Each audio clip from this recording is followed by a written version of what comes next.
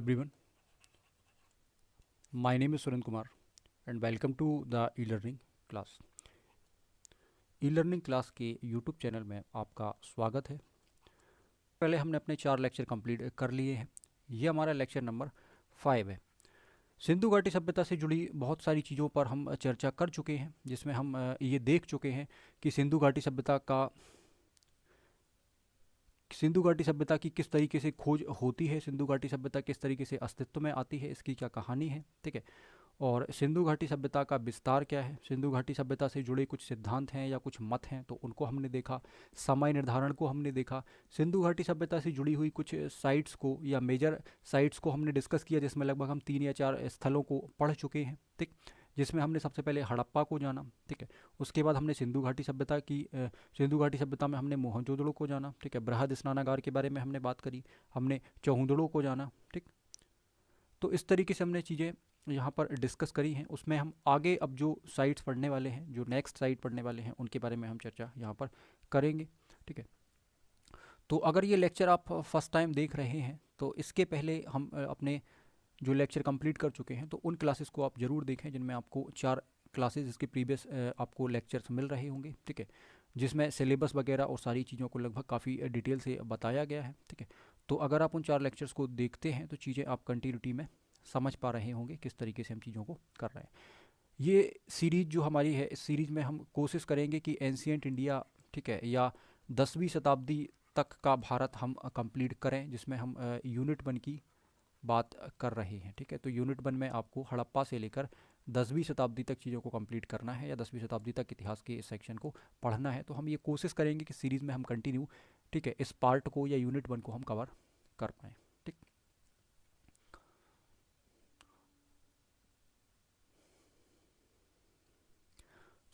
चलिए फ्रेंड्स, आगे हम डिस्कशन यहाँ पर करते हैं, आगे बढ़ते हैं। तो इसके पहले हमने कुछ साइट्स या कुछ स्थलों को पढ़ा था। नेक्स्ट हमारा जो था वो लोथल आता है, ठीक है। इसके पहले अगर मैं आपसे बात करूं तो इसके पहले हमने कालीबंगा डिस्कस किया हुआ था, ठीक है। चौहुदड़ो डिस्कस किया था, मोहनजोदड़ो डिस्कस किया था और हड़प्पा डिस्कस किया था, ठीक। लास्ट हमने कालीबंगा पढ़ा था, ठीक है। कालीबंगा हमारा कंप्लीट हो गया था, ठीक है। इसके बाद हमारा नेक्स्ट जो स्थल है या साइट्स है उसका नाम है लोथल, ठीक है। लोथल की अगर हम बात करते हैं तो इसके खोजकर्ता के बारे में नाम आता है रंगनाथ राव का, ठीक है। और डेट जो आती है वो आती है आपकी, ईयर जो आपका आता है वो आता है 1954, ठीक। आपको याद होगा इसके पहले हमने जो पढ़ा था स्थल, उसमें डेट जो ईयर था वो हमारे पास क्या था, 1953, ठीक। कालीबंगा आपको याद रखना है कि 1953 है, और आप इसको इस तरीके से कनेक्ट कर सकते हैं कि कालीबंगा के जस्ट 1 साल के बाद हमें क्या प्राप्त होता है, लोथल यहाँ पर प्राप्त होता है, ठीक। जैसा कि मैंने भी आपको बताया कि भाई इसके पहले हमने कालीबंगा पढ़ा हुआ था, ठीक। और कालीबंगा में आपको डेट क्या मिल रही है, 1953। तो आप इसमें +1 अगर कर देंगे तो आप देख पाएंगे कि हाँ भाई 1954 है और 54 में हमें क्या प्राप्त हो रहा है, तो आप देख रहे हैं कि लोथल आपको यहाँ पर प्राप्त हो रहा है, ठीक। इस बात को आप इस तरीके से याद रख सकते हैं, ठीक है, जिसमें कन्फ्यूज़न आप ना हो और एग्ज़ाम में आप चीज़ों को गलत ना करें, ठीक। भौगोलिक स्थिति की बात अगर करें तो भौगोलिक स्थिति में आप ये लिख सकते हैं या ये कह सकते हैं कि ये जो है वो गुजरात में आपको प्राप्त होता है, गुजरात में आपको मिलता है, ठीक है। गुजरात में अहमदाबाद ज़िले में आपको ये प्राप्त होता है या लोथल वहाँ पर ये आपको मिलता है, ठीक।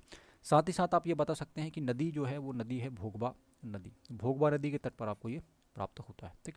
तो सिंपल सी बात है, वही फॉर्मेट हम लेकर चल रहे होंगे कि भाई हम 1954 लिखेंगे, ठीक है। खोजकर्ता का नाम हम स्लैश करके लिख देंगे रंगनाथ राव। भौगोलिक स्थिति या हम ज्योग्राफिकल लोकेशन की बात करेंगे या पॉइंट की बात करेंगे तो आप बताओ कि गुजरात में अहमदाबाद जिला भोगवा नदी के तट पर ये स्थित था। तो पूरा हमें नहीं लिखना है, मैं बार बार कह रहा हूँ आपसे कि स्थित था, ये सारी चीज़ें हमें नहीं लिखना, एग्जामिनर ये समझ जाएंगे, ठीक है। हमें केवल बताना है कि भाई गुजरात, ब्रैकेट में आप लिख सकते हो अहमदाबाद, ठीक है। अब जिला अगर आप लिखोगे, ठीक है, तो आप चाहो तो उसको लिख सकते हो, नहीं भी लिखोगे तो भाई अहमदाबाद तो जिला ही है, नाम लिखें या ना लिखें तो वो तो जिला ही है, ठीक है। तो ये बिल्कुल आवश्यक नहीं है। तो अब ऐसा हमें इसलिए करना पड़ रहा है क्योंकि शब्दों की अपनी एक सीमा है या अपनी एक लिमिट है, तो इसीलिए हमें ऐसा करना पड़ रहा है कि शब्दों को सोच समझ के हमें यूज़ करना पड़ेगा, क्योंकि अगर 10 शब्द आप उपयोग कर रहे हो या 10 शब्द को यूज़ कर रहे हो ठीक है। हर जगह आपको लिमिट भी क्रॉस नहीं करने की, हर जगह हम 15 शब्द या 12 शब्द हर जगह हम यूज़ कर रहे हो भाई, जहाँ हो सके वहाँ कोशिश करें कि 10 शब्दों में अपनी बात हम कहें, तो 10-12 शब्द ही होने चाहिए, है ना। ठीक। अगर बात कंप्लीट नहीं हो पा रही है तो आप एक या दो शब्द एक्स्ट्रा ले सकते हैं, ठीक है, पर लिमिट का हम विशेष ध्यान रखें, क्योंकि नया पैटर्न यही कहता है, ठीक है, कि एक वर्ड लिमिट जो है उसके अकॉर्डिंग आपको चीज़ें बतानी है। ठीक। तो हमें शब्दों को सोच समझ के यहाँ पर उपयोग या यूज़ करना होगा कि भाई कहाँ किस चीज़ को रखना चाहिए। ठीक। नोट की अगर हम बात करते हैं तो लोथल को लघु हड़प्पा या लघु मोहनजोदड़ो के नाम से जाना जाता है, ऐसा क्यों? आगे हम बात करते हैं कि यहाँ के दोनों ही भाग एक ही सुरक्षा प्राचीर से घिरे हुए थे, मतलब इसका पूर्वी भाग जो है या पश्चिम, ये पूर्वी भाग जो है और ये पश्चिमी भाग जो है वो एक ही सुरक्षा प्राचीर से घिरे थे, है ना। तो यहाँ पर थोड़ा सा हमें अपवाद या एक नई चीज़ यहाँ पर देखने मिल रही है। अभी तक क्या होता था कि जो पश्चिमी वाला भाग है वो सुरक्षा प्राचीर से घिरा होता था और पूर्वी भाग आपका एज इट इज़ सिंपल होता था, पर यहाँ दोनों ही सुरक्षा जो है, दोनों ही भाग वो सुरक्षा प्राचीर से घिरे हुए हैं। ठीक। अब इसके पीछे भी कोई कारण है, ठीक है, कि आखिर यहाँ पर ऐसा क्यों है कि दोनों को ही कवर कर दिया या दोनों को ही सिक्योरिटी दे दी। ठीक। तो इसका मतलब ये हो सकता है कि भाई दोनों ही जो जगह हैं पूर्वी या पश्चिमी, इन दोनों में ही खास लोग रहते हों, ठीक है, या उद्योगपति रहते हों या व्यवसायी लोग रहते हों या बिजनेसमैन रहते हों, ठीक है, या ऐसे लोग रहते हों जिनके पास पर्याप्त धन संपदा हो या पैसा हो, ठीक है, तो इसीलिए सुरक्षा यहाँ पर प्रोवाइड कराई गई होगी। ठीक है। तो इस तरीके का हम एक अनुमान लगा सकते हैं या हम ये मान सकते हैं। ठीक। और ये बात सही भी है, आप आगे देखोगे तो आपको क्लियर समझ में आ रहा होगा।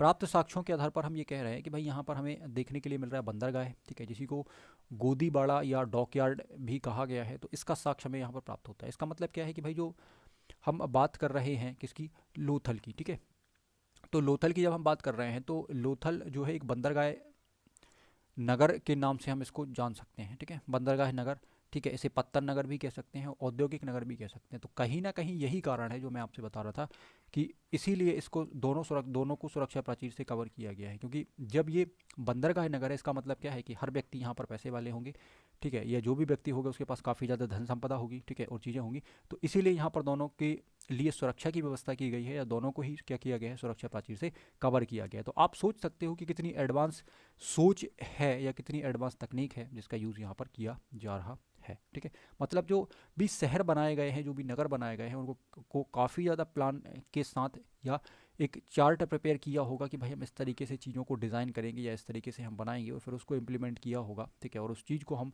उस सभ्यता में नज़र हमें वो चीज़ें आ रही हैं या हम उस चीज़ को देख पा रहे हैं। ठीक है, कि किस तरीके की टाउन प्लानिंग यहाँ पर की गई होगी। ठीक। साथ ही साथ आप यहाँ पे देखेंगे तो मनका बनाने का कारखाना यहाँ भी प्राप्त हो रहा है। ठीक है, सुमेरियन मूल से संबंधित अक्षीय नलिका सहित सोने के कुछ मनके प्राप्त होते हैं। इसका मतलब ये है कि कहीं ना कहीं यहाँ से सुमेरियन सभ्यता के साथ व्यापारिक संबंध होते हमें नज़र आ रहे हैं। ठीक है, क्योंकि जब इसमें हमें साक्ष्य प्राप्त हो रहे हैं, कुछ मुद्रिकाएँ या हमें सोने के मनके प्राप्त हो रहे हैं या चीज़ें प्राप्त हो रही हैं, ठीक है, अगर किसी दूसरी सभ्यता की, तो इसका मतलब सीधा ये है कि भाई कहीं ना कहीं कनेक्शन यहाँ पर फिट बैठता है। ठीक है, कनेक्शन कहीं ना कहीं बनता है कि भाई दूसरी सभ्यता के साथ इनके संबंध यहाँ पर व्यापारिक संबंध कहीं ना कहीं होंगे, और बंदरगाह है तो संबंध होने जाहिर सी बात है कि भाई बंदरगाह के द्वारा चीज़ों का आदान प्रदान होता होगा। और आगे हम सभ्यता के व्यापार में या हम वाणिज्य में हम इसको डिस्कस भी करने वाले हैं कि किन देशों के साथ किन चीज़ों के व्यापार होते थे या किस तरीके की चीज़ें होती। तो लास्ट में हम जो सेक्शन पढ़ रहे होंगे व्यापार वाणिज्य, ठीक है, या इकोनॉमिक सेक्शन, तो उसमें हम इन चीज़ों को डिस्कस करने वाले हैं। ठीक। साथ ही साथ आप आगे देखेंगे कि 20 समाधियाँ मिली हैं जिसमें 3 युग्मित समाधियाँ हैं, मतलब टोटल 20 समाधियाँ मिली हैं, इसके अंदर 3 युग्मित हैं। युग्मित का मतलब होगा कि युगल के साथ हमें यहाँ पर समाधान मिले होंगे, ठीक है, इसके साक्ष्य मिले होंगे, है ना, दो चीज़ें एक साथ। जैसे अभी मैंने बताया था कि मानव के साथ बकरी का साक्ष्य है या मानव के साथ कुत्ते का साक्ष्य है, तो इस तरीके की कुछ यहाँ पर जो है वो युग्मित समाधियाँ हम कह सकते हैं। ठीक। अग्निकुंड, रंगाई कुंड का साक्ष्य भी यहाँ पर प्राप्त होता है। तांबे और फारस की मोहर का साक्ष्य मिल रहा है, तो तांबे की और फारस की मोहर का साक्ष्य मिल रहा है। इसका मतलब क्या है कि भाई फिर वही वाली बात सामने आती है कि कहीं ना कहीं दूसरे देशों के साथ व्यापार का संबंध या चीज़ें देखने के लिए मिल रही हैं।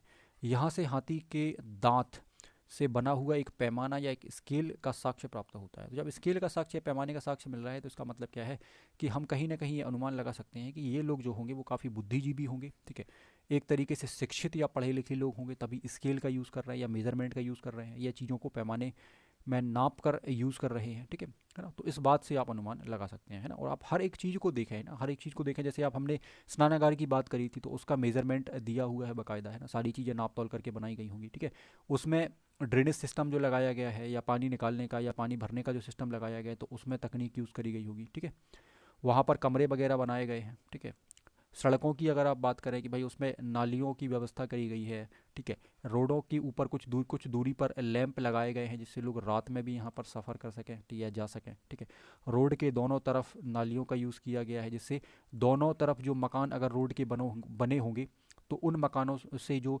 वेस्टेज है, जो पानी है, वो सीधा नाली में जाए और किसी को पता भी ना चले। ठीक है, कहीं किसी प्रकार का प्रदूषण ना हो या चीज़ें ना हो। तो आप हर एक चीज़ को अगर गौर से देखेंगे या हर एक चीज़ के बारे में थोड़ा सा डिटेल से सोचेंगे, तो आप कहीं ना कहीं ये पाएंगे कि सभ्यता के बारे में जिस तरीके की चीज़ें सामने निकल कर आती हैं, वो कहीं ना कहीं 100% सही है कि भाई ये सभ्यता काफ़ी ज़्यादा एडवांस है। ठीक है, और टोटल हम कह सकते हैं या पूर्णतः क्या है, नगरीकृत सभ्यता है। ठीक है, और काफ़ी एडवांस तो है ही। और यहाँ जिन भी तरह की चीज़ों को बनाया गया है या उसके लिए सोचा गया है, वो कहीं ना कहीं इसको सर्वश्रेष्ठ बताते हैं या सर्वश्रेष्ठ बनाते हैं। जब हर एक चीज़ को आप डिटेल में पढ़ोगे तो आप इस बात को समझ पा रहे होंगे। ठीक, यहाँ से आटा पीसने की चक्की भी प्राप्त होती है, चावल का भी यहाँ से साक्ष्य प्राप्त होता है। तो आप ये थोड़ा सा ध्यान रखेंगे। अभी तक हमने गेहूँ और जौ की बात करी थी, पर यहाँ से आप देख पा रहे हैं कि चावल का भी साक्ष्य प्राप्त हो रहा है। ठीक, जिस तरीके की कहानी पंचतंत्र में हमने पढ़ी है कि भाई एक कौवे और लोमड़ी की कहानी है मिट्टी के बर्तन से संबंधित, तो वैसी कुछ कहानी या वैसा कुछ यहाँ पर चीज़ें प्रतीत होती हैं या वैसा कुछ यहाँ बना मिला हुआ है। तो इस बात को आप याद रख सकते हैं। जैसे किसी अगर वनडे एग्ज़ाम में या फिर आपसे प्री एग्ज़ाम में पूछा जाता है, ठीक है, कि कौवे और लोमड़ी के समान जो कहानी है उसके साक्ष्य, ठीक है, हमें किस एक स्थान से प्राप्त होते हैं, ठीक है, तो आप बता सकते हैं कि भाई लोथल से हमें ये प्राप्त होते हैं। ठीक, सो उम्मीद है कि आपने इसको ठीक तरीके से समझा होगा और हमने काफ़ी इसमें ज़्यादा पॉइंटों को डिस्कस किया है। तो आप हर फॉर्मेट में इसको बना सकते हैं और आप आसानी से इनका यूज़ करके अपने आंसर को फ्रेम कर सकते हैं। ठीक, नेक्स्ट स्थल जो हमें पढ़ना है, ये स्थल आपका आता है धोलावीरा। ठीक है, धोलावीरा की अगर हम बात करें, जो खोजकर्ता थे, खोजकर्ता का नाम आता है जगपति जोशी। ठीक, खोजकर्ता का नाम जगपति जोशी है और 90 से 91 है ना, 1991 में रविंद्र सिंह बिष्ट के द्वारा बताया जाता है कि इसका उत्खनन करवाया गया था। ठीक है, तो आप इसमें दो चीज़ें याद रखेंगे। ठीक है, जगपति जोशी का नाम याद रखना है और रविंद्र सिंह बिष्ट का नाम याद रखना है, जिन्होंने 90-91 के टाइम पीरियड में इसका उत्खनन करवाया था या उत्खनन संबंधी कार्य यहाँ पर किया था। बात आती है भौगोलिक स्थिति की या पोजीशन की, तो ये गुजरात के कच्छ की खाड़ी में खडीर द्वीप में स्थित है। ठीक है, तो यहाँ पर आपको इसको ध्यान रखना है। ठीक है, हमने मैप में इसको डिस्कस किया था ऑलरेडी कि कच्छ की खाड़ी में आपको ये धौलावीरा जो है ये मिल रहा है। ठीक है, थोड़ा और डिटेल में आप जाएंगे तो आप बता देंगे कि भाई खडीर द्वीप जो है, ठीक है, उसमें ये पाया गया है या उसमें ये स्थित है। ठीक, अपवाद यहाँ पर क्या है, तो इस सभ्यता का एकमात्र ऐसा शहर ये है जो 3 भागों में बटा हुआ था। अभी तक हमने जितने भी शहर देखे हैं उसमें हमने क्या देखा कि भाई शहर 2 भागों में बटा हुआ है। एक तो पूर्वी टीला या पूर्वी भाग है, ठीक है, और दूसरा पश्चिमी भाग या पश्चिमी टीला है। पश्चिमी भाग या जो पश्चिमी टीला है वो जो है आपका, वो क्या है, सुरक्षा प्राचीर से घिरा हुआ है। ठीक, और उसमें प्रशासक वर्ग या पुरोहित रह रहे हैं। ठीक है, और जो पूर्वी वाला भाग है उसको नगर या टाउन की श्रेणी में रखा गया है और उसमें सामान्य नागरिक या आम लोग रह रहे हैं, जिसमें मजदूर, शिक्षक, किसान वगैरह आते हैं। ठीक, फिर हमने ये भी देखा कि भाई कहीं कहीं पर हमें सुरक्षा प्राचीर ही नहीं मिल रही है। ठीक है, फिर हमने ये भी देखा कि भाई कहीं कहीं पर दोनों को सुरक्षा प्राचीर से रख दिया गया, जैसे कि हमने लास्ट वाले डिस्कस किया भाई लोथल। ठीक है, बंदरगाह था, व्यवसाय लोग वहाँ रहे हैं, ठीक है, या चीज़ें हैं, तो उस तरीके से क्या कर दिया, दोनों ही भागों को कवर कर दिया। ठीक, पर यहाँ एक अनोखी बात देखने मिल रही है कि इसको 3 भागों में डिवाइड कर दिया। ठीक है, ये भाग तो एज इट इज़ पूर्वी ही है या ईस्टर्न पार्ट ही है। ठीक है, इसको पश्चिमी भाग कहा गया है या वेस्टर्न पार्ट कहा गया है। बीच वाले को मिडिल या मध्यमा के नाम से जाना गया। मतलब 3 भाग यहाँ पर डिवाइड कर दिए, 3 भाग बना दिए गए, पर कॉन्सेप्ट वही है कि भाई जो पश्चिमी भाग है उस पश्चिमी भाग में क्या है, सुरक्षा प्राचीर है। ठीक है, पश्चिमी भाग में क्या है, सुरक्षा प्राचीर अभी भी आपको दिख रही है कि सुरक्षा प्राचीर बनी हुई है। ठीक, लिखा भी है यहाँ पर एक्सेप्शन, तो उसको आप याद रखेंगे। ठीक है, कि this was the only city of this civilization which was divided into 3 part. ठीक है, मतलब ये 3 भागों में हमें प्राप्त होती है। तो जब ये अनोखी बात है या एक अलग अपवाद है, तो कहीं ना कहीं ये क्वेश्चन भी बन जाता है। ठीक है, और हमें इसे याद भी रखना होगा। ठीक है, कि आपसे पूछ ले अगर कभी क्वेश्चन के अंदर या एमसीक्यू के अंदर आपसे पूछा जाए कि एक सभ्यता का एकमात्र ऐसा शहर बताएं, ठीक है, जो 3 भागों में बटा हुआ है, तो आप धौलावीरा का नाम बता सकते हैं। ठीक है, आपसे पूछा जा सकता है कि सभ्यता का एकमात्र ऐसा शहर बताएं, ठीक है, जिसमें दोनों ही भाग सुरक्षा प्राचीर से घिरे हुए हैं, तो फिर आप लोथल का नाम बताएंगे, है ना। तो इस तरीके से एमसीक्यू आपके डिज़ाइन यहाँ पर होंगे, ये चीज़ें बन रही होंगी, ठीक। मेंस के लिए भी काफ़ी इंपॉर्टेंट है, अगर आपको इसको कोड करना चाहें तो आप कोड कर सकते हैं, ठीक है ना। फीचर्स में कोड कर सकते हैं या सिंधु घाटी सभ्यता की विशेषताओं में इसको कोड कर सकते हैं, ठीक है, ठीक। तो आप इसको लिख सकते हैं, ठीक है। आगे हम एविडेंस की बात करते हैं या साक्ष्य की बात करते हैं कि ये जो हम स्थल पढ़ रहे हैं, ठीक है, ये क्यों फेमस है या क्यों सबसे ज़्यादा ये जाना जाता है धौलावीरा, ठीक। तो आप यहाँ पर बताएंगे कि ये जो है ये जल निकास या जल प्रबंधन का सबसे उत्कृष्ट नमूना है, सबसे उत्कृष्ट व्यवस्था यहाँ पर करी गई है, ठीक है। जल निकास की या जल प्रबंधन की या वाटर मैनेजमेंट सिस्टम यहाँ का जो है वो सबसे बेस्ट माना गया है, ठीक है। आप जैसे देख सकते हैं कि the drainage and water management systems was the best here, मतलब सबसे बेस्ट या सबसे उत्कृष्ट व्यवस्था यहाँ पर आपको देखने के लिए किसकी मिल रही है, जल प्रबंधन या वाटर मैनेजमेंट की देखने के लिए मिल रही है, ठीक। अब इसमें क्या क्या आपको मिल रहा है तो उनको भी हम डिटेल में यहाँ पर पढ़ेंगे। साथ ही साथ यहाँ पर बताया गया है कि यहाँ पर एक स्पोर्ट्स का स्टेडियम या खेल का एक मैदान यहाँ पर देखा गया है, ठीक है। एक ब्लॉक डायग्राम हमने यहाँ पर ये बनाने की कोशिश करी है, थोड़ा सा उसमें कलर वगैरह डाल दिए गए हैं जिससे चीज़ों को आप थोड़ा सा समझ पा रहे हो, ठीक। तो एग्ज़ाम में आपको इस तरीके से चीज़ें नहीं बनानी, आप सिंपल सा एक ब्लॉक डायग्राम चाहे तो बना के बता सकते हैं कि भाई ये गोल सा ये बना देंगे एक सर्किल, इसको बता देंगे स्टेडियम है, ठीक है। कुछ आप लाइंस वगैरह खींच देंगे, बता देंगे कि ये क्या है, नहरों के बारे में शो कर रहा है, ठीक है। तो इस तरीके से आप चीज़ें डिनोट करेंगे तो थोड़ा सा ठीक दिखेगा, है ना। यहाँ के लोग पानी का संचय करके रखते थे क्योंकि यहाँ से 16 बड़े तालाबों एवं 2 बड़ी नहरों के प्रमाण या इसके साक्ष्य हमें प्राप्त होते हैं। तो 16 बड़े अगर हमें तालाब यहाँ से प्राप्त होते हैं तो ठीक है, और 2 बड़ी हमें नहरें यहाँ से प्राप्त होती हैं, इसका मतलब ये है कि कहीं ना कहीं ये लोग जो हैं ये वाटर मैनेजमेंट या जल प्रबंधन के लिए जाने जा रहे हैं, ठीक है, या इसमें हमें सबसे ज़्यादा कहीं ना कहीं ये चीज़ देखने के लिए मिल रही है, ठीक। क्योंकि इतने ज़्यादा मात्रा में यहाँ पर तालाब मिले हैं, नहरें मिली हैं, ठीक है, और वाटर मैनेजमेंट सिस्टम या जल निकासी की व्यवस्था भी देखने के लिए मिल रही है, ठीक। साथ ही साथ आप बता सकते हो कि साथ ही साथ पत्थरों से निर्मित जलाशय भी यहाँ पर प्राप्त हुए हैं जिनको पत्थरों से बनाया गया था, ठीक। ये चीज़ भी कहीं ना कहीं वाटर या वाटर मैनेजमेंट से रिलेटेड है, ठीक। पत्थर के ऊपर या पत्थर की बनी एक नेवले की मूर्ति भी यहाँ से प्राप्त हुई है, मतलब एक नेवला है उसकी मूर्ति जो है वो पत्थर से बनी हुई प्राप्त हुई है, इसका साक्ष्य मिला है। तो ये छोटे से फैक्ट में आपका आ जाएगा, एक इंपॉर्टेंट फैक्ट में आ जाएगा कि भाई एमसीक्यू बन सकता है, ठीक। 10 अक्षरों वाली एक नेम प्लेट भी प्राप्त हुई है, भाई हो सकता है कि मकान के बाहर या घर के बाहर ये नेम प्लेट लगी हो, ठीक है, या उद्योग वगैरह में यूज़ होती हो, ठीक है, या व्यापार में यूज़ होती हो, ठीक है, या किसी चीज़ को लोकेट करने के लिए यूज़ होती हुई उस पर कोई कोडिंग या कोई नंबर या कोई लिपि लिखी हो, ठीक है, जो उन लोगों के लिए समझना आसान हो, ठीक है। तो ये चीज़ें यहाँ पर हो सकती हैं, ठीक। क्योंकि इसे आद्य ऐतिहासिक सभ्यता में रखा गया है तो हर चीज़ को हम डिकोड नहीं कर सकते या हर चीज़ से हम अनुमान सही नहीं लगा सकते। एक अनुमान लगाया जा सकता है बट वो चीज़ हम 100% रियल नहीं कह सकते या सही नहीं कह सकते कि भाई इसके पीछे यही लॉजिक है या ऐसा ही है, ठीक। तो जो भी चीज़ें इतिहासकारों के द्वारा अनुमान लगाए गए हैं या पढ़े गए हैं तो उन्हीं चीज़ों के ऊपर हम आगे बढ़ रहे हैं या उन्हीं चीज़ों को लेकर हम आगे चल रहे हैं, ठीक। तो यहाँ पर आप समझ पा रहे होंगे इस बात को कि भाई जल निकासी या जल प्रबंधन का उत्कृष्ट नमूना क्यों है या उत्कृष्ट व्यवस्था इसे क्यों कहा गया है। तो आप देख रहे हैं कि कहीं ना कहीं वाटर से संबंधित या वाटर मैनेजमेंट से रिलेटेड चीज़ें यहाँ पर आपको देखने के लिए मिल रही हैं, जिनमें 16 बड़े तालाब हैं, 2 बड़ी नहरें हैं, पत्थरों से निर्मित जलाशय हैं, ठीक। और साथ ही साथ आप देख सकते हैं, ठीक है, कि यहाँ पर खेल का मैदान भी प्राप्त हुआ है, ठीक है, नेम प्लेट का एक साक्ष्य प्राप्त हुआ है और पत्थर से बनी नेवले की मूर्ति। तो ये कुछ 4 5 6 पॉइंट आपके यहाँ पर बन जाते हैं, 5 नंबर के लिए काफ़ी सफिशियंट है, ठीक है, और इसी में से आप फिर 11 मार्कर में भी इसको यूज़ कर सकते हैं, ठीक। फिर आपका आता है वनवाली। नेक्स्ट जो है वो आता है आपका वनवाली। वनवाली में अगर हम बात करते हैं खोजकर्ता की तो 1974 में या 1974 में RS विस्ट, ठीक है, मतलब रविंद्र सिंह बिस्ट ने इसकी खोज की होगी। स्थिति की बात करते हैं तो ये हरियाणा के हिसार में रंगोई नदी के क्षेत्र में स्थित है, ठीक है। यहाँ से मिट्टी के या मिट्टी से बने हल, ठीक है, मिट्टी से बने हल का प्रतिरूप या मिट्टी के मन के, ठीक है, मन के मतलब वही मैंने बताया कि भाई मोती जैसा कुछ होगा, ठीक है, जिसको धागे में या रस्सी में पिरोया गया होगा तो उनको मन का आप कह सकते हैं, ठीक है। तो वो मिट्टी के बने हुए यहाँ से प्राप्त हुए हैं, ठीक।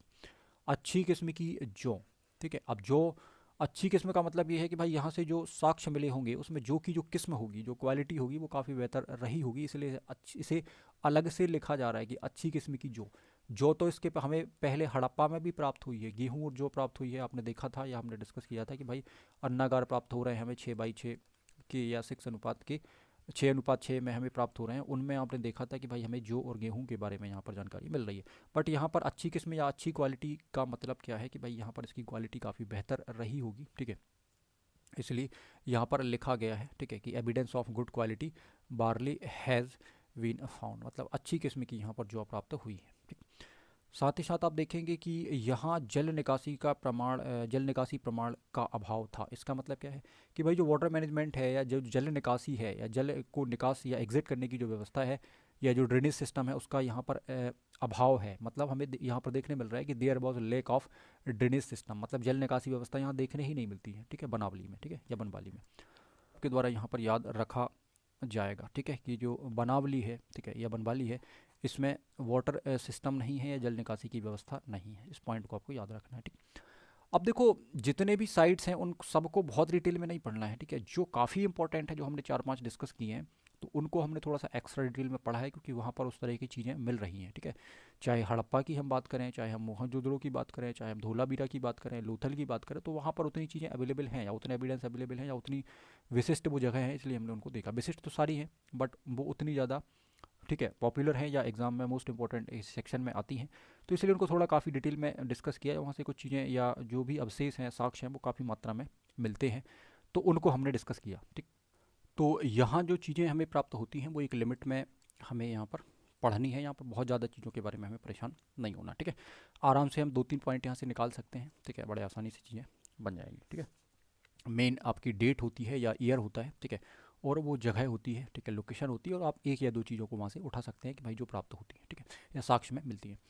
नेक्स्ट आपके पास आता है रंगपुर, ठीक है। तो रंगपुर जो है वो गुजरात में भादर नदी के तट पर स्थित था और यहाँ से चावल का साक्ष्य प्राप्त हुआ है। तो 2 पॉइंट आपके यहाँ से निकल रहे हैं, ठीक है। अब यहाँ पर खोजकर्ता का नाम जरूरी नहीं है या आप इसको देख सकते हैं, अगर अवेलेबल है या नाम मिलता है तो हम उसको रख सकते हैं या मेंशन कर सकते हैं, ठीक है।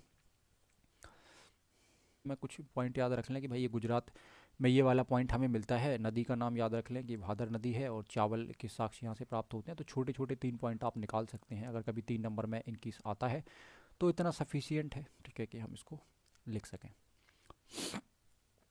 आगे हम बात करते हैं साइट जो है आपकी रोपड़। रोपड़ में आपको बताना है कि इसका वर्तमान नाम जो है वो रूपनगर है, मतलब वर्तमान में या इसका जो प्रेजेंट नाम है वो क्या है, रूपनगर है, ठीक है। It's a present name is Rupnagar. खोजकर्ता की बात करते हैं तो ये भी 1953 में ही खोजा गया था यज्ञदत्त शर्मा के द्वारा, ठीक है। 53 में आपको एक साइट और मिली है, स्थल मिला है, तो आप दोनों को एक साथ मर्ज करके भी याद कर सकते हैं कि भाई दोनों हमें 53 में मिलते हैं, ठीक। स्थिति की बात करते हैं या पोजीशन की बात करते हैं तो आप बताएंगे कि भाई ये पंजाब में सतलज नदी के तट पर स्थित है, ठीक है। याद रखें पंजाब में ये सतलज नदी के तट पर स्थित है।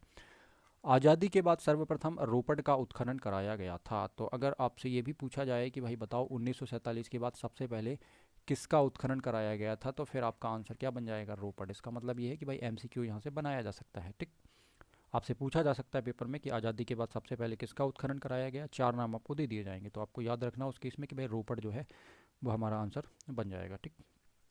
फैक्ट है ये, ठीक है, तो आप इसको मेंस में भी यूज़ कर सकते हो, ठीक है, और आपके प्री के लिए तो ये फैक्ट ही है, ठीक है।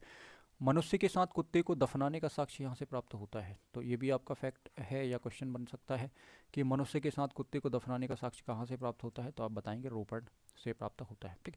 अब इसके पीछे भी अलग अलग कहानियाँ हैं या अलग अलग मानसिकताएँ हैं या अलग अलग हम कह सकते हैं कि मत हैं कि कुत्ते को क्यों मनुष्य के साथ दफनाया जा रहा है या इसके पीछे क्या कहानी है ना। तो फिर वही वाली बात आ जाती है कि भाई हमें इन चीज़ों के ऊपर नहीं सोचना है या इन चीज़ों के ऊपर नहीं पढ़ना है, ठीक है। आपने अलग अलग चीज़ें सुनी होगी, ठीक है, तो उस सब में हमें नहीं जाना है, ठीक है, क्योंकि हमारा उद्देश्य यहाँ पर क्या है एग्ज़ाम में 3 मार्कर, 5 मार्कर और 11 मार्कर, ठीक है, और साथ ही साथ चीज़ों की समझ और चीज़ों के बारे में जानकारी, तो वो हम है ना सफिशिएंट तरीके से ले रहे हैं। आगे हम देखेंगे तो आपके पास नाम आता है यहाँ पर सुरकोटदा, ठीक है। सुरकोटदा में आप देखेंगे तो ये गुजरात में आपको मिलने वाला है कच्चे की खाड़ी में, ठीक है। हमने पहले भी डिस्कस किया हुआ है या पढ़ा हुआ है कि भाई कच्चे की खाड़ी में आपको ये मिलता है। अब यहाँ देखो डेट जरूरी नहीं है कि आप डेट के पीछे पढ़ें या इसको खोज करने वाले व्यक्ति के पीछे आप जाएं, क्योंकि आप देखो 15 के लगभग साइट्स पढ़ोगे और सबकी डेट और सबके नाम याद रखना थोड़ा सा एक कॉम्प्लिकेटेड टास्क बन जाता है ना, ठीक। क्योंकि साइट जो काफ़ी ज़्यादा इंपॉर्टेंट हैं या जिनमें डेट और नाम अवेलेबल है या दिया हुआ है, तो हम उनके साथ डेट और नाम अवेलेबल है तो हम आसानी से याद कर लें, जैसा कि मैंने पहले बताया था। और जहाँ पर चीज़ें अवेलेबल नहीं हैं तो उसके पीछे हमें फिर नहीं जाना है, या आप चेक कर सकते हैं या आप याद रख सकें या पॉसिबल आपके लिए है तो आप कर सकते हैं, ठीक है। 15 के 15 सारे साइट्स की डेट या आप है ना ईयर प्लस उनके खोजकर्ता के नाम अगर पॉसिबल है तो आप याद रख सकते हैं, ठीक है। और मुझे ये लग रहा है कि भाई इतना सफिशियंट है, इतने में भी हमारा काम बन जाएगा, ठीक। यहाँ से भी यहाँ से घोड़े की हड्डियाँ प्राप्त हुई हैं, ठीक है। बर्तन के अंदर यहाँ पर समाधान मिला है या इसका साक्ष्य प्राप्त हुआ है सुरकोटदा से, ये एक अलग चीज़ है, तो इसको आप याद रख सकते हैं कि किसी बर्तन के अंदर समाधान, ठीक है, यह सब प्राप्त हुआ है जिसको दफनाया गया है या रखा गया है, ठीक है। यहाँ से बंदरगाह आदि का, बंदरगाह का साक्ष्य प्राप्त हुआ, मतलब यहाँ भी हमें क्या है, सुरकोटदा में बंदरगाह मिल रहा है। देखो समुद्र के किनारे या जो भी वाटर वाले जो भी स्थल हैं या जो पानी के किनारे लगे हुए हैं, तो उनमें कहीं ना कहीं आप देख रहे हैं कि भाई बंदरगाह प्राप्त हो रहा है। जैसे हम लोथल की ही बात कर लें, ठीक है ना, सुरकोटदा आपका है तो ये समुद्र के किनारे कहीं ना कहीं गुजरात में वाले एरिया में है, ठीक है। तो आप देख पा रहे हैं कि हाँ, ठीक है, यहाँ से बंदरगाह है या इस तरीके की चीज़ें आपके लिए सामने आ रही हैं, ठीक। अच्छा, अलग अलग सभ्यताओं में हम अगर बात करें दुनिया की जो अलग सभ्यताएं, तो वहाँ भी इस तरीके की कुछ साक्ष्य आप देख सकते हैं या आप ने देखे होंगे। जैसे हम मिस्र में या मेसोपोटामिया में हम बात करते हैं या इजिप्ट में हम बात करते हैं या मिस्र में हम देखते हैं, तो गीज़ा के जो पिरामिड हैं तो ये बताया जाता है कि भाई इनके अंदर भी बॉडी को इस तरीके से रखा जाता है, ठीक है, या जिसको आप मम्मी कहते हैं ना, कि एक तरीके के केमिकल में या कपड़े के अंदर उसको बॉडी को लपेटा जाता है, ठीक है, और हज़ारों साल तक उसको सुरक्षित रखा जाता है। तो इस तरीके की अनोखी चीज़ें आपको वहाँ भी देखने मिल रही हैं, ठीक है। ऐसा कुछ नहीं है कि नहीं सिंधु घाटी सभ्यता में ही ऐसा कुछ हो रहा है, ठीक है, कि जैसे अब बर्तन में समाधान है या कुत्ते के साथ आपको मानव देखने के लिए मिल रहा है, ठीक है, या और भी तरीके की चीज़ें हैं, ठीक है। तो ये कोई आश्चर्य वाली बात यहाँ पर नहीं होनी चाहिए। अब दूसरी सभ्यता के बारे में भी अगर आप देखते हैं, जानकारी लेते हैं, तो आप पाते हैं कि हाँ, ये चीज़ें कोई मतलब अजीब नहीं है कि यहीं बस हो रही हैं, कहीं और नहीं हो रही, ठीक है। ठीक, बस हमें उस उतना डीप नहीं जाना है या उन सब के बारे में हमें डिस्कशन नहीं करना है, ठीक है। तो उम्मीद है कि सुरकोटदा आपको यहाँ पर क्लियर हो रहा होगा। 4 पॉइंट आप यहाँ से आसानी से निकाल सकते हैं, ठीक है। गुजरात में कच्ची की खाड़ी में ये स्थित है, ठीक है। 2 आपकी जानकारियाँ ये हो गई, ठीक है। यहाँ से घोड़े की हड्डियाँ हमें प्राप्त होती हैं, बर्तन में समाधान, ठीक है, और बंदरगाह का साक्ष्य। अब मान के चलिए कि भाई 3 नंबर में आपको सुरकोटदा ही लिखना है, तो आप बड़े आराम से यहाँ पे 10-12 शब्दों में अपना काम निकाल सकते हैं। आप सबसे पहले तो लिखें गुजरात, ठीक है, स्लैश करके आप लिख दें कच्ची की खाड़ी। अब ये हमें नहीं लिखना है कि भैया स्थित है और ये मिला है और ये सारी चीज़ें, फिर आप देखो शब्द संख्या बढ़ जाएगी ना आपकी, ठीक है। फिर लिख देंगे आपकी घोड़े की हड्डियाँ, ठीक है, तो 2-3 शब्द आपके ये हो गए, ठीक है। फिर लिख देना बर्तन में समाधान, ठीक है, और फिर लिख देना कि बंदरगाह का साक्ष्य, या ये भी नहीं लिखोगे तो चल जाएगा, आप केवल बंदरगाह भी लिख दोगे तो काम बन जाएगा। एग्जामिनर आपकी भावना समझ जाएगा कि आप क्या कहना चाह रहे हो और 3 नंबर आपको बड़े आसानी से दे दिए जाएंगे, ठीक। क्योंकि चीज़ें हमने परफेक्ट लिखी हुई हैं, शब्द सीमा का उल्लंघन भी नहीं किया हुआ है, ठीक है, बातें भी शो हो रही हैं और सारी चीज़ें हो रही हैं। तो इस तरीके से आप फॉर्मेट बना सकते हैं ना। जो मटेरियल मैं आपको ज़्यादा दे रहा हूँ उसके पीछे मैंने लॉजिक बताया कि भाई पॉइंट्स में आपको अवेलेबल हैं, इसीलिए ज़्यादा पॉइंट्स आपको दे रहा हूँ कि भाई इनमें से कुछ पॉइंट जो हैं वो आप चूज़ कर सकते हैं। अगर आप इनकेस कुछ पॉइंट्स भूल भी जाते हैं तो आपके लिए काम होंगे, ठीक। अब यहाँ पर 4-5 पॉइंट अपने पास अवेलेबल हैं, तो हमने ये पॉइंट यहाँ पर रखे हुए हैं, इनमें से आप 3 पॉइंट यूज़ कर सकते हैं, ठीक है। क्योंकि वैसे भी हमने पॉइंट नंबर 1 में 2 जानकारियाँ 2 फैक्ट डाले हैं, भाई गुजरात है और कच्ची की खाड़ी आपने लिखा हुआ है कि भाई 2-2 लोकेशन आप बता रहे हो, ठीक। फिर घोड़े की हड्डियाँ आप बता दो, ठीक है, यहाँ पर है ना कि घोड़े की हड्डियाँ हैं। फिर बर्तन में समाधान, तो एक हमने ये भी बता दिया, ठीक है। और ये भी बता दो कि बंदरगाह का साक्ष्य मिला है, ठीक है। आप डेट आप याद रख सको, याद आप रख सको, या खोजकर्ता का नाम याद रख सको तो आप उसको भी मेंशन कर सकते हैं, ठीक है। तो अपने हिसाब से भी आप चीज़ों को क्या कर सकते हैं, थोड़ा सा बना सकते हैं, ठीक है। चलिए नेक्स्ट हम बात करते हैं, तो नेक्स्ट आपका मांडा आता है। कोशिश करते हैं कि लेक्चर नंबर 5 में हम सारे साइट्स को, सारे स्थल के अंदर हम अगले 2 या 3 लेक्चर के अंदर इस टॉपिक को भी ख़त्म करने की पूरी कोशिश करेंगे। पूरा प्रयास हमारा ये रहेगा कि हम इसको अगले 2 या 3 लेक्चर के अंदर फिनिश कर पाएँ ठीक तरीके से ना। सो नेक्स्ट आपको मिलता है यहाँ पर मांडा। मांडा में हम स्थिति अगर देखते हैं तो आपने ये पढ़ा हुआ है कि भाई ये चिनाब नदी के किनारे स्थित है, ठीक है। चिनाब नदी के आसपास आपको ये मिलता है और जम्मू कश्मीर है। और साथ ही साथ आपने ये भी देखा था कि भाई ये आपको कहाँ मिलता है, तो ये सबसे उत्तरी स्थल आपका कहलाता है, ठीक। यहाँ से क्या प्राप्त होता है, तो चक्की, मतलब आटा पीसने की चक्की होगी पत्थर वाली, ठीक है। और साथ में मूसल, ठीक है। आपने देखा होगा कि जो इस तरीके की आकृति होती है, ठीक है, ठीक। और इसमें एक डंडी इस तरीके की होती है जिसमें किसी चीज़ को रख कर उसको चलाया जाता है, ठीक है। तो आपने देखा होगा इसको खल या मूसल कहते हैं। तो इस तरीके के कुछ यहाँ पर साक्ष्य प्राप्त होते हैं, इसको आप याद रख सकते हैं, ठीक है। तो ये 2 पॉइंट आपके 3 पॉइंट बन जाते हैं और 3 नंबर के लिए काफ़ी सफिशियंट है। आप बता सकते हैं भाई स्थिति जम्मू कश्मीर मैं ये आपको मिलता है, चेनाब नदी के किनारे मिलता है, ठीक है। और एक पॉइंट आप एक्स्ट्रा और लिख सकते हैं कि उत्तरी सीमांत स्थल है या सबसे उत्तरी स्थल है इस सभ्यता का, ठीक। यहाँ से हमें चक्की मूसल के अवशेष प्राप्त होते हैं, तो बड़े आराम से आप 3 नंबर यहाँ से बना सकते हैं, ठीक। नेक्स्ट आप देखते हैं तो आपका आता है यहाँ पर दाइमा में, हम पहले पढ़ चुके हैं कि भाई ये सबसे दक्षिणी स्थल है, तो एक पॉइंट आपका यही बन जाता है, या सर्वाधिक दक्षिणी स्थल है इस सभ्यता का, ठीक है, जो महाराष्ट्र में प्रवरा नदी के तट पर स्थित है या प्रवरा नदी के किनारे स्थित है, ठीक।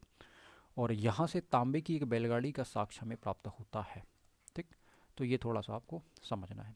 अब देखो कंफ्यूज आपको नहीं होना है, इसमें थोड़ा सा आपको चीज़ों को है ना लिख कर याद भी करना है, और इनको क्लियरली मेंशन आपको कर लेना है शॉर्ट नोट्स में, एग्जाम के टाइम चीज़ों को देख कर भी जाना है कि भाई कहाँ से तांबे की गाड़ी मिली थी, कहाँ से इक्का गाड़ी मिली थी, और कहाँ से हमें मिट्टी की गाड़ी मिली थी। तो तीनों में कन्फ्यूज़ नहीं होना है, क्योंकि ऐसा मुझे लग रहा है, ठीक है, या कहीं ना कहीं ऐसा लगता है कि भाई यहाँ आप कन्फ्यूज़ हो सकते हैं, ठीक है। या एग्ज़ाम में इन टाइम पर मेंस लिखते टाइम आप हो सकता है कि चीज़ों को गलत लिख दें, जहाँ पर हमें तांबे की गाड़ी लिखना था वहाँ हो सकता है मिट्टी की गाड़ी लिख दें, और जहाँ मिट्टी की गाड़ी लिखनी थी वहाँ हो सकता है कि ये लिख दें। तो इस तरीके की चीज़ें कहीं ना कहीं फिर थोड़ा सा ऑड फील कराती हैं कॉपी चेकर को, है ना, कि भाई हमने चीज़ों को गलत लिखा होगा, या तो हम उनको मेंशन ना करें, अगर हम भूल गए चीज़ों को तो फिर मेंशन ना करें ना, उसको छोड़ दें।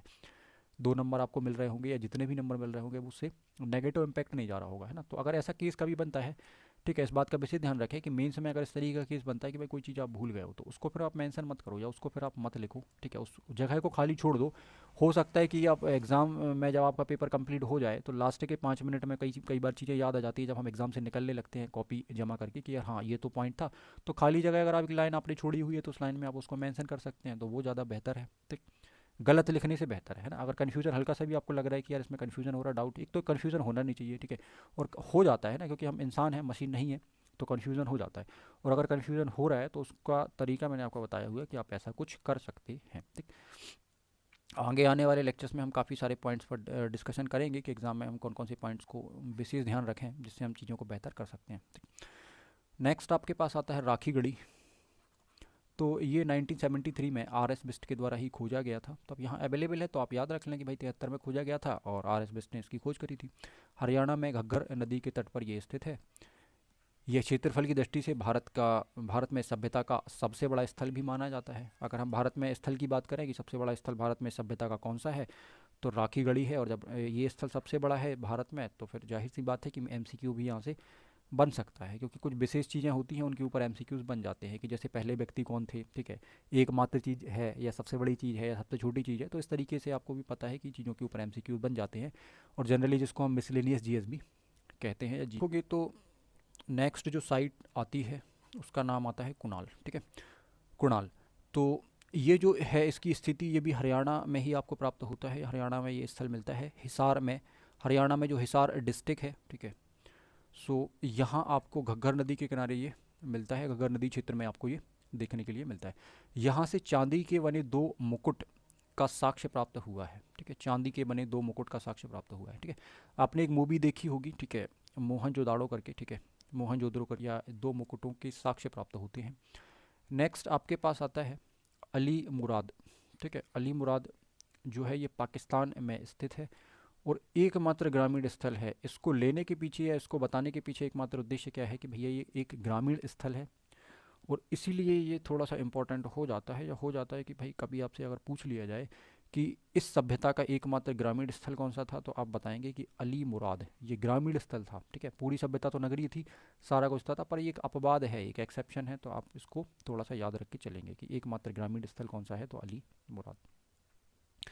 नेक्स्ट हम आगे बात करते हैं, तो आप बताएंगे आमरी, ठीक है, बताएंगे कि यह सिंध पाकिस्तान में सिंधु नदी के किनारे ये आपको देखने के लिए मिल रहा होगा, ठीक।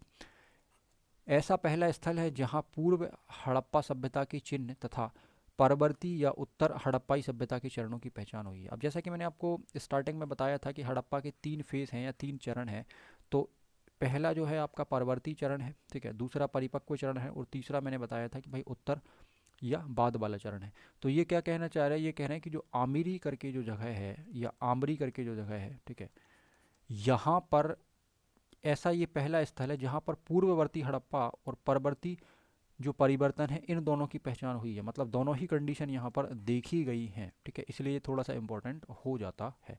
बट इसकी पोजीशन आपको याद रखना है कि ये सिंध पाकिस्तान में सिंधु नदी के तट पर स्थित है, इसमें कंफ्यूज नहीं होना है।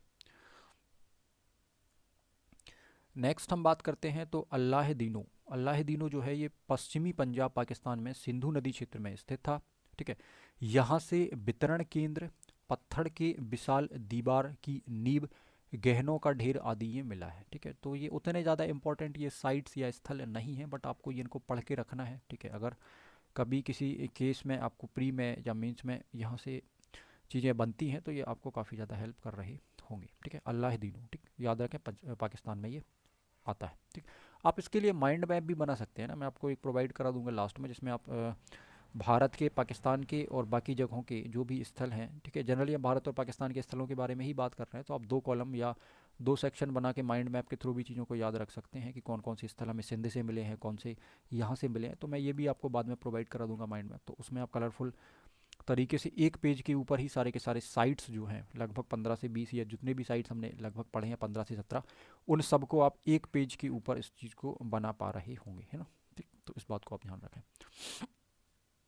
जनरली मेंस के एग्ज़ाम में आप अगर इस टेक्निक का या इन चीज़ों का यूज़ करते हो तो आपको बहुत ज़्यादा हेल्प हिस्ट्री जैसे सब्जेक्ट के अंदर मिल रही होती है। ठीक है, कि आपने माइंड मैप्स बनाए हुए हैं या शॉर्ट नोट्स या पॉकेट नोट्स बनाए हुए हैं, और आपने पूरे के पूरे इतिहास को कुछ पेजेस के ऊपर सारा का सारा कोड किया हुआ है ना, जो भाषा आप समझ पा रहे हैं, जो चीज़ें आप समझ पा रहे हैं, तो कुछ पेजों के ऊपर पूरा इतिहास जब आपने ऐड किया होगा तो रिवीजन में परेशानी नहीं होगी, कम टाइम में रिवीजन कर पा रहे होंगे, चीज़ों को फास्ट रिकॉल कर पा रहे होंगे। ठीक है, और हम एग्ज़ाम के पहले किसी मुसीबत में नहीं पड़ रहे होंगे, क्योंकि बहुत सारी कॉपीज़ अगर आपके पास है या बहुत मोटी मोटी किताबें आपके पास हैं या बहुत सारे नोट्स आपके पास हैं, तो एग्ज़ाम में पेज पलटने में जितना समय लग रहा होगा, अगर हम शॉर्ट नोट्स या पॉकेट नोट्स रख रहे होंगे या माइंड मैप रख रहे होंगे, तो उतनी देर में हम रिवीजन कर लेंगे जितनी देर में हम चीज़ों को ढूंढ रहे होंगे। तो इस बात का आप विशेष ध्यान रखेंगे। ठीक, और हिस्ट्री जैसे एक ब्रॉड या एक लेंदी सब्जेक्ट के अंदर ये चीज़ काफ़ी ज़्यादा हेल्पफुल हो जाती है जब हम इस टेक्निक का यूज़ करते हैं। ठीक, तो इस पे भी हम काफ़ी डिटेल में डिस्कशन बाद में कर रहे होंगे। नेक्स्ट आपका आता है बालाकोट। ठीक है, तो ये अरब सागर में बलूचिस्तान या बलूचिस्तान पाकिस्तान में आपको मिलता है। यहाँ से पूर्व हड़प्पा के अवशेष, सीपों की कार्यशाला के साक्ष्य प्राप्त होते हैं या यहाँ से साक्ष्य मिलते हैं। तो इस बात को आपको याद रखना है। ठीक, बालाकोट जो है ये बलूचिस्तान पाकिस्तान के अंतर्गत आपका आता है। ठीक है, और यहाँ से पूर्व हड़प्पा या हड़प्पा के जो पहले के अवशेष, हड़प्पा के जो पूर्व हड़प्पा के अवशेष है, ये आपको यहाँ से प्राप्त होते हैं। सीपों की एक कार्यशाला यहाँ से प्राप्त होती है। ठीक, नेक्स्ट आप देखते हैं सुत कांगे डोर। तो ये भी आपको पता है कि बलूचिस्तान के अंतर्गत आता है या बलूचिस्तान में आता है। ठीक है, स्पेलिंग यहाँ पर थोड़ी सी मिस्टेक है तो इसको आप सही कर लेंगे, बलूचिस्तान ये होगा। ठीक है, बाद में इसको करेक्ट कर दिया जाएगा। यह बलूचिस्तान पाकिस्तान में दाशक नदी के क्षेत्र में स्थित है। ये हमने पहले भी पढ़ा हुआ है, जब हमने विस्तार पढ़ा था इस सभ्यता के 4 पॉइंट हमने डिस्कस करी थी, तो उसमें से जो पश्चिमी वाला जो पॉइंट था जो आपको बलूचिस्तान पाकिस्तान में मिल रहा था, वो सुत कांगेडोर ही था, और जो दाशक नदी के किनारे आपको मिल रहा था। ठीक, पूर्व में हमने आलमगीरपुर की बात करी थी जो हिंडन नदी के किनारे आपको मिल रहा था। ठीक है, उत्तर में या सबसे उत्तरी स्थल हमने मांडा की बात करी थी, और दक्षिण में हमने प्रवरा नदी के किनारे हमने किसकी बात करी थी, तो आप देखोगे दैमाबाद की बात करी थी। तो चारों स्थल आपको याद होने चाहिए। यहाँ से नदी की तटीय व्यापारिक चौकी, पश्चिमी एशिया के साथ व्यापार की एक महत्वपूर्ण कड़ी के साक्ष्य यहाँ से प्राप्त होते हैं। ठीक, तो ये थोड़ा सा आप ध्यान रखेंगे। ठीक है, देखो जो भी पानी वाले या समुद्र वाले स्थानों पर आपको मिल रहे होंगे, वहाँ से सीधी सी बात है कि भाई व्यापार के संबंध कहीं ना कहीं वहाँ से जुड़े होंगे या चीज़ें वहाँ से कनेक्ट होंगी। ठीक है, क्योंकि पक्की बात है कि बंदरगाह वहाँ पर होगा और पानी के रास्ते ही उस समय, ठीक है, या इतिहास में हम देखते हैं कि प्रारंभिक दौर में, ठीक है, पानी के रास्ते ही व्यापार चला है। ठीक है, फिर बाद में हमने देखा है कि भाई ब्रिटिश इंडिया टाइम पीरियड में ट्रेन का, ठीक है, रूट बनाया गया या उससे चीज़ों को लाया ले जाया गया। ठीक है, और वर्तमान में चीज़ें फिर आप देख पा रहे हो कि बहुत सारे सोर्सेज के माध्यम से व्यापार या ट्रांसपोर्ट होता है, पर अभी भी जो सबसे प्रमुख व्यापार या ट्रांसपोर्ट आप पढ़ते हो, ठीक है, वो बंदरगाह के रास्तों से ही हम अन्य देशों को सामानों का आदान प्रदान करते हैं या व्यापार करते हैं। अधिकतर जो है वो कहीं ना कहीं इसी ट्रांसपोर्ट का यूज़ विदेशी व्यापार में किया जाता है, क्योंकि विदेशी व्यापार में कहीं ना कहीं आप देखते हैं कि भाई पानी वाला रास्ता जो है वो सस्ता भी होता है। ठीक है, और आसान भी होता है, सुविधाजनक भी होता है, और एकमात्र विकल्प भी होता है। ठीक है, क्योंकि ट्रेन से पॉसिबिलिटी नहीं बनती है। ठीक है ना, और अन्य किसी भी ट्रांसपोर्ट से नहीं बनती है। तो इस कारण आप देखते हैं कि ये वाला जो वाटर वे जो है, ठीक है, या जलमार्ग जो है, इसके ऊपर काफ़ी ज़्यादा चीज़ें आपकी देखी जाती हैं। ठीक, सो सुतकांगे डोर आपको यहाँ पर क्लियर हो रहा होगा। चलिए, लास्ट वन हमारे पास यहाँ पर है कोट दीजी, ठीक है। कोट दीजी जो है ये भी आपको सिंध पाकिस्तान में सिंधु नदी के क्षेत्र में ही मिलता है या क्षेत्र में ही प्राप्त होता है। यहाँ से पत्थर की नींव वाले घर, गर्ताबास, गर्ताबास का मतलब होता है कि ज़मीन के अंदर इस तरीके का एक गड्ढा बनाना या निचला सा एक भाग कर लेना या इसको खोद देना या यहाँ पर एक गड्ढा सा बना लेना, इसी को कहा जाता है गर्तावास, ठीक है। मतलब गर्त बनाकर उसमें निवास करना या रहना, गर्तावास, ठीक है। गहनों का ढेर यहाँ से भी मिला हुआ है, ठीक है। पत्थर की नींव वाले जो घर हैं वो यहाँ से मिले हुए हैं जिनमें पत्थर की नींव बनाई गई है ना, ठीक है। अभी तक जो भी आपने पढ़े हैं स्थल, उनमें ज़्यादातर आप देखोगे तो पक्की ईंटें या कच्ची ईंटों से ही घर की नींव या स्ट्रक्चर बनाया गया था, ठीक है। और यहाँ पर आप देख पा रहे हैं कि जो स्ट्रक्चर बना है, ठीक है, वो आपको पत्थर का देखने के लिए मिल रहा है, ठीक है। सो ये चीज़ कुछ थोड़ी सी अलग है, तो इसको आप विशेष तौर पर याद रखेंगे, ठीक है। नोट में ये पॉइंट लिखा हुआ है कि भाई ये 3 नंबर के लिए काफ़ी ज़्यादा इंपॉर्टेंट होंगे सारे के सारे स्थान, ठीक है। क्योंकि एमपीपीएससी का जिस तरीके का पैटर्न है कि 3 नंबर के क्वेश्चंस आते हैं, तो हो सकता है कि यहाँ से चीज़ें पूछी जाएँ, है ना। 2 या 3, अब देखो क्या है, वर्ल्ड हिस्ट्री आपका नहीं है, ठीक है। इस बार वर्ल्ड हिस्ट्री को हटा दिया गया, तो हो सकता है कि भाई पहले टॉपिक से आपके क्वेश्चंस बन जाए। पहले क्या होता था कि वर्ल्ड हिस्ट्री में बहुत सारे क्वेश्चन जो है मैंने देखे हैं ना, पेपर का एनालिसिस किया है, तो उसमें 3 नंबर वाले जो क्वेश्चन हैं वो अधिकतर आपके वर्ल्ड हिस्ट्री से या विश्व इतिहास से पूछे जा रहे थे। मतलब उसमें 3-4 लोगों के नाम है, ठीक है, वो डाले जा रहे थे, ठीक है, और आपसे पूछे जा रहे थे ना, ठीक। पुनर्जागरण हम उसमें पढ़ते थे, रेनेसा उस टाइम पीरियड के, ठीक है। फ्रेंच रेवोल्यूशन है या इंग्लैंड की क्रांति है, तो वहाँ से बहुत सारे लोगों के नाम निकल कर आ रहे थे, दार्शनिकों के नाम निकल कर आ रहे थे, ठीक है। कवियों के नाम या पोएट्री के उनके नाम निकल कर आ रहे थे। तो इस तरीके की चीज़ें आपसे 3 नंबर में काफ़ी अधिक पूछी जा रही थी। अब वर्ल्ड हिस्ट्री को ख़त्म कर दिया उस सेक्शन को, तो कहीं ना कहीं आप देखोगे कि चीज़ें यहाँ से काफ़ी मात्रा में आपसे पूछी जा रही होंगी। बट अब एक चीज़ ये भी देखते हैं कि भाई यूनिट नंबर 1 को अगर हम देखें तो यहाँ से 3 क्वेश्चन ही 3 नंबर वाले बनने हैं ना, और चीज़ें बहुत सारी हैं। पूरा प्राचीन भारत इसके अंदर समाहित है, ठीक है। मीडिएबल का पोर्शन भी इसके अंदर कुछ आ रहा है, ठीक है। तो आप देखो कितनी सारी चीज़ें बन रही होंगी, है ना। सिंधु घाटी सभ्यता अपने आप में एक बड़ा टॉपिक है। वैदिक सिविलाइजेशन या वैदिक सभ्यता अपने आप में एक बड़ा टॉपिक है। इसके बाद आप देखते हैं तो महाजनपद वगैरह आप पढ़ते हैं, 16 महाजनपदों के बारे में आप पढ़ते हैं, तो ये भी एक टॉपिक बन जाता है ना, काफ़ी अच्छा खासा, ठीक है। फिर आप देखते हैं तो जैनिज्म या बुद्धिज्म पढ़ते हैं या और भी संप्रदायों को आप पढ़ते हैं, तो ये अपने आप में टॉपिक बड़े बड़े टॉपिक्स बन जाते हैं, ठीक है। इनमें फिर अंदर सब टॉपिक्स बनते हैं। जैसे आप बुद्धिज्म ही पढ़ते हो तो बुद्धिज्म अपने आप में एक बहुत बड़ा टॉपिक है, ठीक है।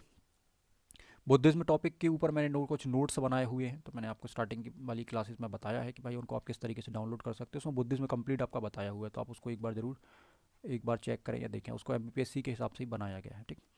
तो बुद्धिज्म है, जैनिज्म है, हम इनको पढ़ते हैं, ठीक है। फिर आप देखते हो कि मौर्यन डायनेस्टीज़ को हम पढ़ते हैं या मगध का उत्कर्ष हम पढ़ते हैं, जिसमें हम अलग अलग शासकों को देखते हैं या उनको हम पढ़ते हैं, चाहे हम अजातशत्रु की बात करें या हम अन्य की बात करें, तो उन सबको हम वहाँ पर पढ़ते हैं, ठीक। ऐसे ही आप देखो तो हम मौर्य डायनेस्टी को पढ़ते हैं, तो हम चंद्रगुप्त को पढ़ते हैं, अशोक को पढ़ते हैं, कुछ और लोग भी हैं वहाँ उस डायनेस्टी में, तो हम उनको देखते हैं, उनको पढ़ते हैं, ठीक है। फिर आप देखते हो गुप्त वंश है, तो गुप्त वंश में भी बहुत सारे शासक हमें देखने के लिए मिलते हैं। इनके इनके प्रशासन है, एडमिनिस्ट्रेशन है, इनकी उपलब्धियाँ हैं, ठीक है। इनमें बहुत सारे चीज़ें हैं, फीचर्स हैं, कारण हैं, तो इन सबको पढ़ते हैं। तो आप देखो कि काफ़ी बड़ा एक सेक्शन बन जाता है। प्राचीन इतिहास भी अपने आप में एक बड़ा सेक्शन बन जाता है, काफ़ी विस्तृत ये है, ठीक है। जिसको सारा का सारा एक यूनिट के अंदर रखा गया है, तो हम जब इस पूरे सेक्शन को पढ़ रहे होंगे, ठीक है, टाइम के साथ, तब हमें यहाँ से जाकर जो 30 नंबर का सेक्शन होगा वो कवर होगा। यही बात मैं आपसे स्टार्टिंग में कहना चाह रहा था, ठीक है। लेकिन आप ये भी मान के चलें कि एक इम्पॉर्टेंट ये पेपर है, क्योंकि 300 मार्क्स का ये पेपर है आपका, ठीक है। तो 300 मार्क्स वाले जो पेपर हैं ये काफ़ी इंपॉर्टेंट है, और यहाँ से आपका सिलेक्शन तय होता है, ठीक है, 300 मार्क्स वाले पेपर से। इस स्ट्रेटेजी के ऊपर भी हम बात करेंगे कि हमें किस पेपर के ऊपर किस तरीके की रणनीति पर बनानी चाहिए, या किस तरीके से हमें इनके ऊपर काम करना चाहिए कि हम मैक्सिमम मार्क्स यहाँ से निकाल कर ले जा सकें, ठीक है। क्योंकि आपको पता है कि जो आपका मेंस है वो लगभग 1400 मार्क्स के आसपास आपका, ये 1400 मार्क्स ही बनता है, ठीक है। 900 नंबर आपके यहाँ से बन जाते हैं, ठीक है। साथ में फिर आप देखोगे कि भाई आपका एथिक्स 200 नंबर का होता है, ठीक है। हिंदी आपका 200 नंबर का होता है, ठीक है। और ऐसे आपका 100 नंबर का होता है। तो आप देखेंगे कि भाई यहाँ पर 500 नंबर आपके बनते हैं। तो इस तरीके से टोटल ये 1400 नंबर आपका बन रहा होता है, ठीक। चलिए, सो साइट्स हम सारे पढ़ चुके हैं, स्थानों के बारे में हम डिस्कशन कर चुके हैं कि सिंधु घाटी सभ्यता की जो मेजर साइट्स हैं उनके बारे में हमने देख लिया। कुछ 3 मार्कर और बन सकते हैं, जैसे कुछ चीज़ें हैं, एक सिटाडेल करके है आपका, और कुछ चीज़ें छोटी छोटी और बनती हैं, तो उनको भी हम लास्ट में डिस्कस कर रहे होंगे, जो भी चीज़ें छूट जाएंगी, ठीक है। अच्छा, इंपॉर्टेंट कुछ यहाँ पर फैक्ट और बन जाते हैं। जैसे मैंने कुछ बताया था कि फैक्ट को हम लास्ट में डिस्कस कर लेंगे, तो कुछ फैक्ट आपके ये हैं कि भारत में सभ्यता के सबसे बड़े अगर नगरों की बात करी जाए तो भारत में एक तो सबसे पहले आपको राखीगढ़ी मिलता है, दूसरा आपको धौलावीरा मिलता है। कभी कभी अगर आपसे पूछ लिया जाए भाई 3 नंबर में पूछ सकते हैं इस तरीके की चीज़ें कि बताओ भारत में सभ्यता के सबसे बड़े नगरों को लिखा जाए या नगरों के नाम बताए जाए, बन सकता है। तो आप राखीगढ़ी बताएंगे, फिर आप धौलावीरा बताएंगे, ठीक। और एक आध नाम आप चाहें तो और लिख सकते हैं, ठीक है, तीसरे नंबर या तीसरी पोजीशन पर। फिर वैसे ही पाकिस्तान वाले भी आपसे पूछे जा सकते हैं कि पाकिस्तान में इस सभ्यता के सबसे बड़े नगरों में कौन से शामिल हैं। तो सबसे पहले गनेरी वाला आता है जो एरिया में या बाकी चीज मामले में सबसे बड़ा है इस सभ्यता का। फिर मोहनजोदड़ो आता है, फिर आपका हड़प्पा आता है। तो इस तरीके से आप क्या कर सकते हैं, इसको मेंशन कर सकते हैं या बता सकते हैं, ठीक। तो उम्मीद है कि आपको यहाँ तक सारी चीज़ें समझ में आई होंगी और क्लियर हुई होंगी। सो ये हमारा लेक्चर नंबर 5 था, ठीक है। तो लगभग हम 2 से 3 लेक्चर के अंदर अपनी जो सिंधु घाटी सभ्यता की यात्रा है उसको हम कंप्लीट कर रहे होंगे या उसको हम फिनिश कर रहे होंगे, ठीक है। तो नेक्स्ट वीडियो या पार्ट नंबर 6 में या क्लास नंबर 6 में हम टाउन प्लानिंग के बारे में बात करेंगे, साथ ही साथ हम यहाँ पर समाज के बारे में बात करेंगे, ठीक है। तो एक लेक्चर में आपकी ये 2 चीज़ें कंप्लीट आसानी से 1 घंटे के अंदर हो रही होंगी। देन अगले लेक्चर में भी हम 2 से 3 टॉपिक्स के ऊपर बात कर रहे होंगे, चाहे हम समाज के साथ अ, अर्थव्यवस्था की बात कर रहे हों, ठीक है, उनका जो भी उनकी संस्कृतियां हैं उनके बारे में हम बात कर रहे होंगे, या कुछ हम त्रिमार्कर और देखेंगे क्या निकल सकते हैं तो उनके बारे में बात कर रहे होंगे। तो आप ये मान के चलें कि अगले 2 से 3 लेक्चर के अंदर आपका ये चैप्टर, ये वाला जो टॉपिक है, ठीक है, ये फिनिश हो रहा होगा, ठीक है, सिंधु घाटी सभ्यता। इसके जस्ट बाद जो नेक्स्ट टॉपिक है वैदिक सिविलाइजेशन या वैदिक सभ्यता, फिर हम उसको स्टार्ट कर रहे होंगे, ठीक। सो मैं इस लेक्चर को यहाँ पर ख़त्म करता हूँ या इसको हम फिनिश करते हैं। इसके आगे की कहानी को हम लेक्चर नंबर 6 में कंटिन्यू करने वाले हैं।